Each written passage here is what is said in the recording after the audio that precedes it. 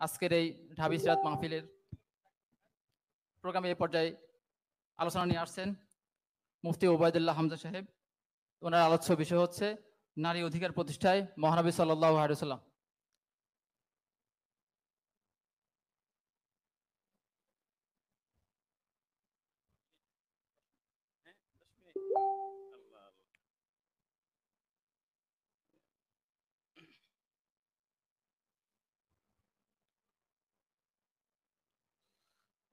السلام عليكم ورحمة الله وبركاته. الحمد لله وحده والصلاة على من لا نبي بعده. أما بعد فأعوذ بالله من الشيطان الرجيم. بسم الله الرحمن الرحيم. وعاشروهن بالمعروف. وقال رسول الله صلى الله عليه وسلم خيركم لنسائه وأنا خيركم لأهلي أو كما قال صلى الله عليه وسلم. ঐতিহাসিক সেমিনার এবং গত যাদের রক্তদান, যাদের আত্মত্যাগের মাধ্যমে আমরা নতুন বাংলাদেশ পেয়েছি, শুরুতে রব্বে করিমের কাছে দোয়া করছি আমরা সবাই আল্লাহ পাক যেন তাদেরকে শাহাদাতের মর্যাদা নসিব করেন। সম্মানিত সুধীমণ্ডলী, সময় খুবই সংক্ষিপ্ত এবং বিষয়টি অত্যন্ত গুরুত্বপূর্ণ। নারীর অধিকার, নারীর মর্যাদা বহুল আলোচিত বিষয়, শুধু বাংলাদেশ নয় গোটা বিশ্বে। আপনারা জানেন যে পশ্চিমা বিশ্বের যারা ইসলাম বিশেষজ্ঞ তারাই এই বিষয়টাকে নিয়ে নানা দিক নিয়ে আলোচনা করে এবং পশ্চিমা বিশ্বের একটি বিশাল জনগোষ্ঠীর কাছে একটি স্টিরিওটাইপ, একটি নেতিবাচক ধারণা দেবার চেষ্টা করে যে ইসলাম নারীকে ইদার অপ্রেসার ও সাপ্রেসার এ ধরনের একটি নেতিবাচক ধারণা দেবার চেষ্টা করে। যেহেতু সময় সংক্ষিপ্ত, আমরা নারীর মর্যাদা, অধিকার এবং খুবই সংক্ষেপেই বলবার চেষ্টা করব। কারণ আমরা জানি নারী, সৌদির এক লেখকের ভাষায় যদি আমরা বলি, আশাবু হুন্না নিসফা শাব ও তালিদনা নিসফাল আখার, তারা যে কোনো দেশের জনগোষ্ঠীর অর্ধেক, আর অর্ধেক তারাই জন্ম দেয়, কাজে হুন্না শাব আকমালিহি, তারাই পূর্ণাঙ্গ জাতি। এবং যে কোনো একজন মহাপুরুষের কৃতিত্ব, ঐতিহ্য, অবদানের পেছনে এক মহিষী নারীর ভূমিকা আছে। ওরা কুল্লি আযীমিন উম্মুন আযীমা আও মারাতুন আযীমা, আরবিতে একটি প্রবাদ আছে, যে কোনো মহাপুরুষের পেছনে একজন মহিষী নারীর ভূমিকা আছে। নারী যে কত মর্যাদাবান সেই প্রেক্ষাপটটি আমাদের বুঝতেই হয়। এমন একটি সমাজে নারীর অধিকারগুলো ইসলাম সুপ্রতিষ্ঠিত করে, সুনিশ্চিত করে রাসূলুল্লাহ সাল্লাল্লাহু আলাইহি ওয়াসাল্লামের ডিভাইন রিভেলেশনের মাধ্যমে।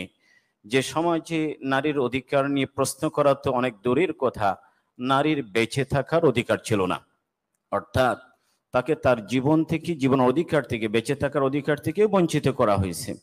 ওয়াইদাল মাউউদাতু সুইলাত বিআইয়ি যামবিন কুতিলাত, শুধু নারী হয়ে জন্ম নেওয়াটাই তার অপরাধ ছিল, এই জন্য তাকে জীবিত মাটিতে পুঁতে ফেলা হতো। রব্বুল আলামিন নিজে এমন একটি সমাজের চিত্র আমাদের সামনে পেশ করছেন। ওয়াইদা বুশিরা আহাদুহুম বিল উনসা যাল্লা ওয়াজহুহু মুসওয়াদ্দান ওয়া হুয়া কাযীম ইয়াতাওয়ারা মিনাল কওম মিন সুই মা বুশিরা বিহি আইয়ুমসিকুহু আলা হুন আম ইয়াদুসু ফিত তুরাব আলা সামা ইয়াহকুমুন। রব্বুল আলামিন বলেন, এমন একটি সমাজ, যে সমাজে কোনো বাবাকে যদি বলা হতো তোমার ঘরে এক ফুটফুটে মেয়ে সন্তান, কন্যা সন্তান জন্ম লাভ করেছে, রব্বুল আলামিন বলেন যে তার জন্য চেহারা প্রকুঞ্চিত হয়ে যায়, যেন আকাশ ভেঙে পড়েছে। সে এখন ভেবে কুল পায় না সে কি এই অমর্যাদা নিয়ে, লাঞ্ছনা নিয়ে বেঁচে থাকবে, নাকি সমাজ থেকে আড়ালেই চলে যাবে। তার চিন্তা ছিল এইরকম।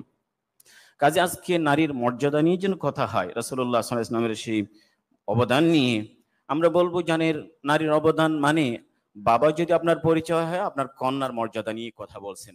আপনার পরিচয় যদি স্বামী হয়, আপনি নিজের স্ত্রীর মর্যাদা নিয়ে কথা বলছেন। ভাই হলে আপনার বোনের মর্যাদা নিয়ে কথা বলছেন। সন্তান পরিচয় দিলে আপনার মায়ের মর্যাদা নিয়ে কথা বলছেন। ভিন্ন গ্রহের কোনো প্রাণীর কথা আমরা বলছি না। নারী মানব হিসেবে সমস্ত মানুষের অধিকার তো পেয়েই যায়। ইসলাম নারীকে বিশেষভাবে মর্যাদাবান করেছে। অনেকেই সমান অধিকারের কথা বলে, ইসলামী ফেকায় যারা বিচরণ করে তারা দেখতে পায় নারীকে শুধু সমান অধিকার নয়, ক্ষেত্র বিশেষ অগ্রাধিকার দিয়েছে।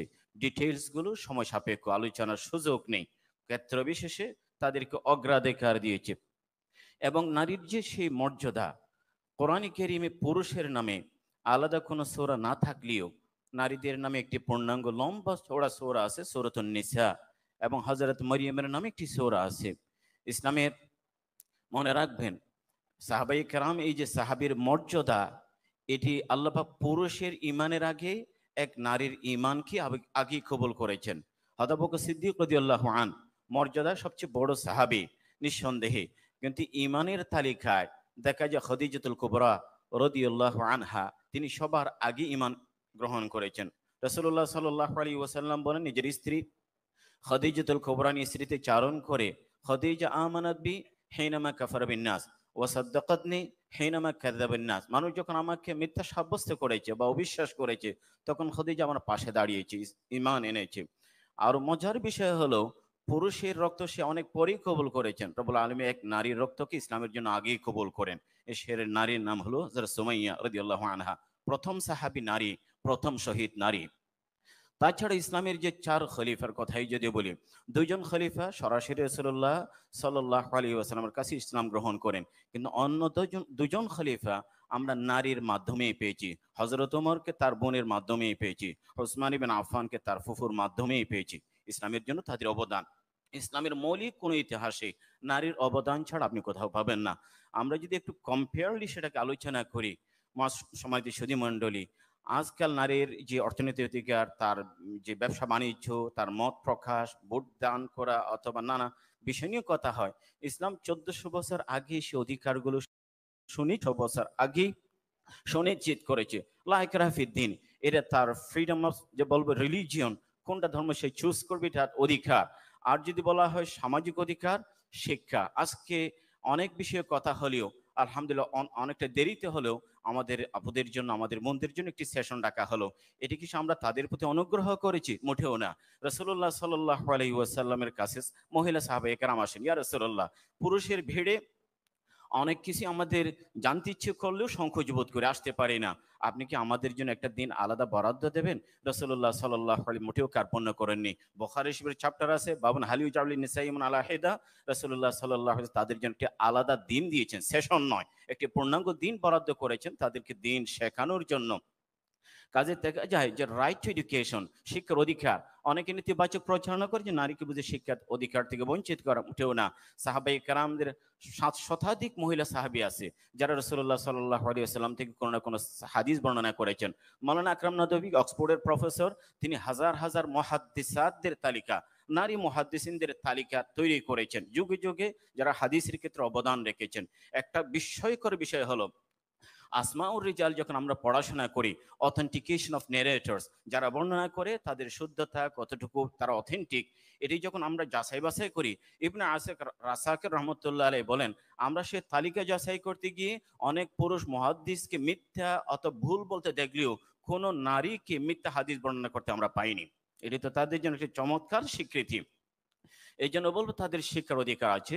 এবং পাশাপাশি বিয়ে শাদীর ক্ষেত্রে রাসূলুল্লাহ সাল্লাল্লাহু আলাইহি ওয়াসাল্লামের কাছে এক মহিলা আসলে, ইয়া রাসূলুল্লাহ, আমার বাবা আমাকে বিয়ে দিয়েছেন এমন একটি জায়গা, ওর আমনাতে এগ্রিড উইথ, আমি সেখানে একমত নয়। রাসূল বলেন সাল্লাল্লাহু আলাইহি ওয়াসাল্লাম, হয়তো তুমি এখনই ক্যান্সেল করতে পারো, এইদার অতি ইউ ক্যান কন্টিনিউ, এটা কন্টিনিউ করতে পারো। তখন তিনি অবশেষে বাপের সে কথায় সায় বিয়েটাকে কন্টিনিউ করলেন।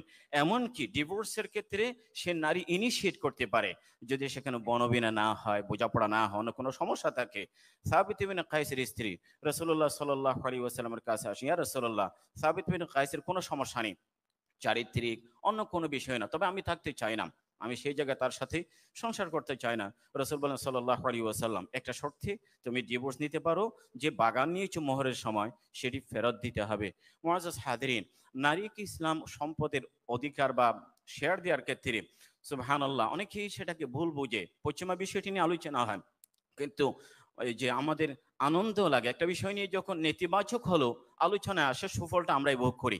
আমেরিকায় যখন এক মুসলমান মুসলিম, তাকে জিজ্ঞেস করা হলো কার মাধ্যমে ইসলাম পেয়েছো, সে বলেছে জর্জ বুশের মাধ্যমে। কেননা জর্জ বুশ রাত দিন ইসলামের বিরুদ্ধে কথা বলে, ইসলাম সম্পর্কে জানতে গিয়ে ইসলামের যে বিশুদ্ধতা এটা আমরা টের পেয়ে যেন ইসলাম গ্রহণ করি। পশ্চিমা বিশ্বে এখন যারাই ইসলাম গ্রহণ করে সেখানে প্রতি 5 জনের মধ্যে 4 জন নারী, প্রতি 4 জন। যাদেরকে নিয়ে এত আলোচনা হয় তারা এখন এত বেশি ইসলাম গ্রহণ করে। কারণ হলো ইসলামে যখন অধিকারগুলো একজন নারী যখন বুঝতে পারে সে আসলে নারী নয়, সে একজন ঘরের রানী, এভাবে তার অধিকারগুলো সুনিশ্চিত করা হয়েছে। সম্পদের যদি পরিমাণে কিছু কম দেওয়া হয়, কিন্তু আপনি জেনে রাখেন নারীর জন্ম থেকে মৃত্যু পর্যন্ত নারীকে ইসলাম কখনো কোনো ফাইন্যান্সিয়াল রেসপন্সিবিলিটি অথবা বার্ডেন দেয়নি, কোনো আর্থিক কোনো দায়িত্ব তার উপরে অর্পণ করেনি। অথচ সে মোহর হিসাবে পায়, বাপের সম্পত্তি পায়, স্বামীর ভরণ পোষণ পায়, তার সমস্ত টাকা পয়সা সে ব্যবসা করলে তাও থাকে, তাকে এখান থেকে এক সিঙ্গেল পেনি তাকে বিয়ে এখানে অর্জন করতে এখানে ব্যয় করতে হয় না, সে পুরোটাই তার মানি ব্যাগে রেখে দিতে পারে। কারণ হলো যতদিন কন্যা বাবা তার দায়ভার বহন করবে। আর স্ত্রী হয়ে গেলে, কারণ নারী জীবনের তিনটি ধাপ, আমরা নারী কন্যা হয়ে তার পরিচয় 18, 19, 20, তখন এতদিন পর্যন্ত বাপের ঘরেই খায়। আর স্ত্রী হয়ে গেলে স্বামীর ভরণ পোষণ বাপেরটাও পেতে থাকে। আর যখন মা হয়ে যায়, সুবহানাল্লাহ, জান্নাত তো তার পায়ের নিচে। রাসূলুল্লাহ সাল্লাল্লাহু আলাইহি তার মর্যাদা 3টি স্তরে জান্নাতের সাথে সম্পৃক্ত করেছেন। নারী মানেই যেন জান্নাত পাওয়া। কন্যা সন্তান লালন পালন করে সুন্দর জায়গায় বিয়ে দাও, তুমি বাবার জন্য জান্নাত আছে। আর যে তোমার ঘরে কোনো নারী স্ত্রী হয়ে আসে, মনে রেখো পৃথিবীর ভালো মানুষ বাইরে তোমাকে কতটুকু ভালো বলে, দ্যাট ডাজন্ট ম্যাটার। আসলে যেটা গুরুত্বপূর্ণ তুমি তোমার স্ত্রীর কাছে কতটুকু ভালো। রসুল বলেন আমি আমার স্ত্রীর কাছে সবচেয়ে ভালো, খায়রুকুম লিআহলি।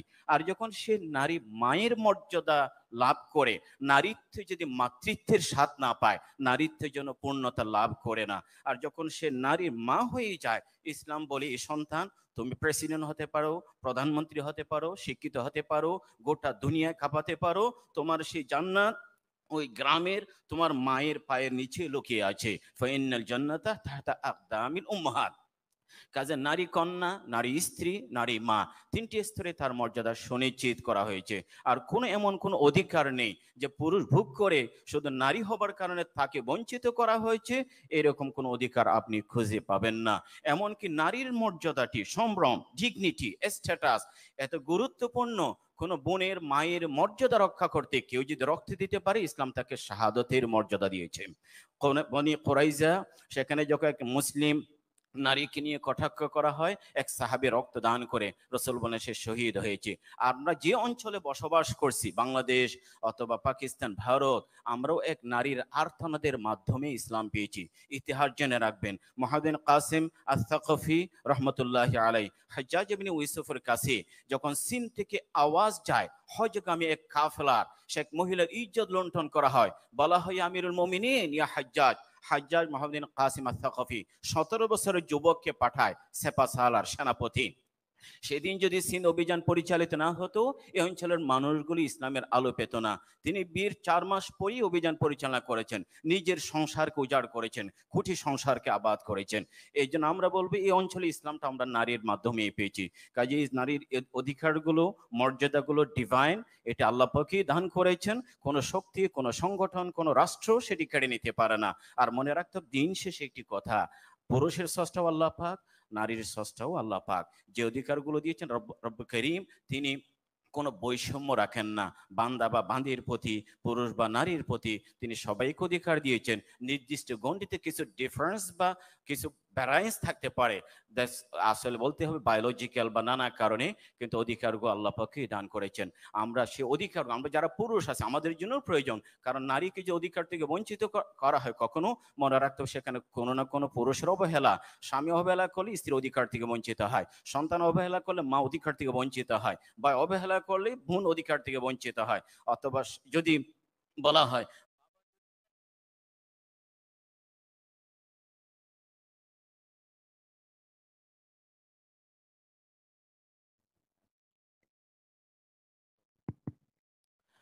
একেবারে শেষ লাইনে আছে, আমি কিছু আমার ফ্লোর শেষ, টাইম ইজ ওভার। লাইনে যদি বলি যে বাবা অবহেলা করে তার কন্যা তার অধিকার থেকে বঞ্চিত হয়, আমরা পুরুষ যে অবস্থানেই থাকি, আমরা দায়িত্বশীল হলে আমাদের মা বোনরা তাদের অধিকার পেয়ে যায়, তাদের মান মর্যাদা পেয়ে যায়। রাসূলুল্লাহ সাল্লাল্লাহু আলাইহি ওয়াসাল্লাম নারীর এই মর্যাদাকে সুনিশ্চিত করবার জন্য, প্রতিষ্ঠিত করবার জন্য লক্ষাধিক সাহাবায়ে একরামকে আরাফাতের পবিত্র প্রান্তরে বিদায় হজ ভাষণের একটি অংশ করে দিয়েছেন। ইস্তাউসু বিন্নিসাই খায়রান, তাদের প্রতি সৎ ব্যবহার করবে। ও আশিরুহুন্না বিল মারুফ, এক হাদিসে রাসূল বলেন লা তামলিকুহুন্না, ইউ ডোন্ট ওন দেম, তোমরা তাদের মালিক নও, তোমরা আল্লাহ পাকের প্রতি কথা দিয়ে হালাল করে হয়েছে তোমাদের জন্য, তোমরা তাদের অধিকারের প্রতি নজর দেবে। রব্বুল আলামিন তৌফিক দান করুন। ওয়া আখিরু দাওয়ানা আলহামদুলিল্লাহি রাব্বিল আলামিন।